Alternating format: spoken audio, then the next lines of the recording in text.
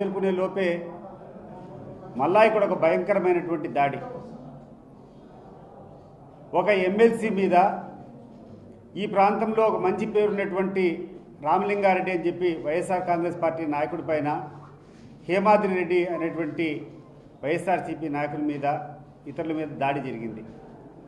నల్లగొండవారిపల్లె అని చెప్పి ఒక పల్లెకు మాకు సంబంధించినటువంటి కొంతమంది ఇళ్లకు పోయి వాళ్ళతో ఎలక్షన్ గురించి మాట్లాడి తిరిగి వస్తుండగా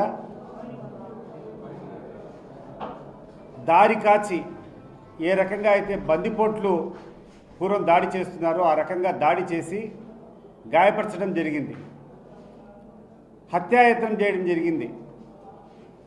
కానీ దౌర్భాగ్యం ఏదైందంటే ఒక పక్క దాడి చేసినటువంటి వ్యక్తులు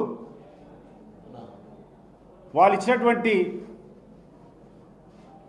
దాడి ఎవరైతే చేశారో వాళ్ళు కూర్చొని తిరిగి వైఎస్ఆర్ కాంగ్రెస్ పార్టీ నాయకుల పైన ఎస్సీ ఎస్టీ అట్రాసిటీస్ కేసు పెట్టడము, ఆ కేసును నమోదు చేయడం జరిగింది. ఇంతకంటే దౌర్భాగ్యం ఒకటి ఉంటుందా? ఒకసారి ఆలోచన చేయాలి. దాని తదనంతరం స్థానికంగా ఎవరైతే న్యాయం చేయాలనో, ఎవరైతే ఇక్కడ ప్రజలకు రక్షణ కల్పించాలనో ఆ పోలీస్ అధికారులు, ముఖ్యంగా ఒక డిఐజీ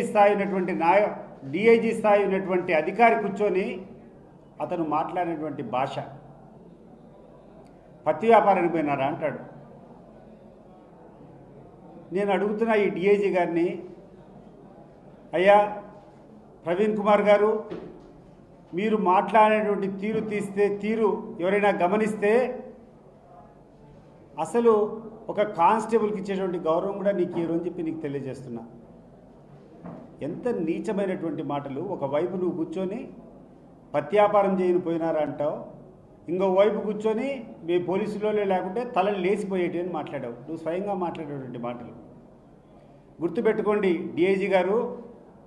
పోలీసు ఎవరైనా వస్తున్నారంటే ఈ పోలీసులు రక్షణ కల్పిస్తారు, ఈ పోలీసులు తప్పెవరైనా చేస్తే శిక్షిస్తారని చెప్పి దండగులు కొన్ని మైళ్ళ దూరంలో ఉండాలి.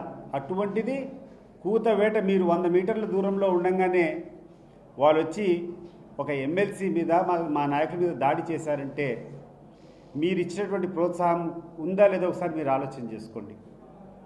దానికి తోడు మళ్ళా నువ్వు మేము రక్షించుకుంటే అని మాట్లాడుతున్నావు. అంటే దాడి నువ్వే చేయమని చెప్పి లాస్ట్ నిమిషంలో వచ్చి నువ్వే కాపాడినావా అని చెప్పి నేను అడుగుతున్నాను. ఇక్కడటువంటి డిఎస్